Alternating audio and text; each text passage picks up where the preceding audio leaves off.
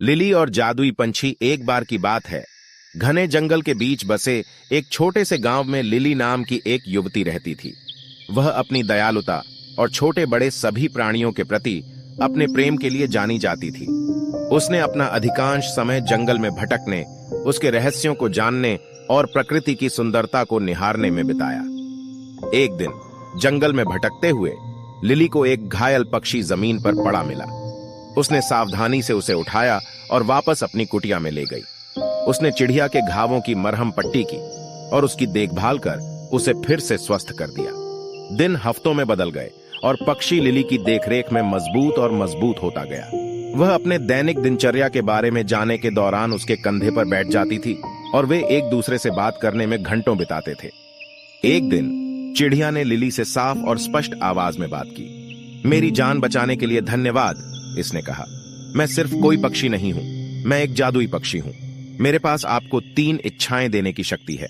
उनका बुद्धिमानी से उपयोग करें, क्योंकि एक बार उनका उपयोग किया जाता है तो उन्हें वापस नहीं लाया जा सकता है। लिली चकित और प्रसन्न थी। उसने लंबे समय तक और कठिन सोचा कि उसे क्या चाहिए।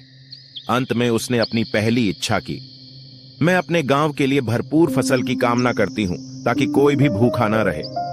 अगले ही दिन गांव के चारों ओर के खेत भरपूर फसल से लहलहा उठे। लिली की दयालुता के लिए ग्रामीण चकित और आभारी थे।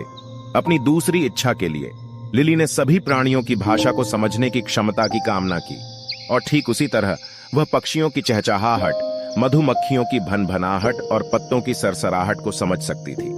जहां तक उसकी तीसरी इच्छा का सवाल है, लिली ने बहुत देर तक सोचा कि वह क्या चाहती है। अंत में उसने अपनी इच्छा व्यक्त की।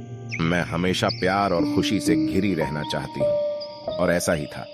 लिली ने अपना शेष जीवन प्रेम और प्रसन्नता से घिरा हुआ बिताया। उसने जंगल का पता लगाना और जरूरतमंद लोगों की मदद करना जारी रखा। और यद्यपि उसने कभी कोई दूसरी इच्छा नहीं की, वह जानती थी कि जादुई चिड़िया हमेशा उस पर नजर रख रही थी, उसकी इच्छाओं को पूरा करने के लिए तैयार थी, अगर उसे उनकी आवश्यकता थी। वीडियो को लाइक, कमेंट, सब्सक्राइब जरूर करें। जय हिंद, जय भारत।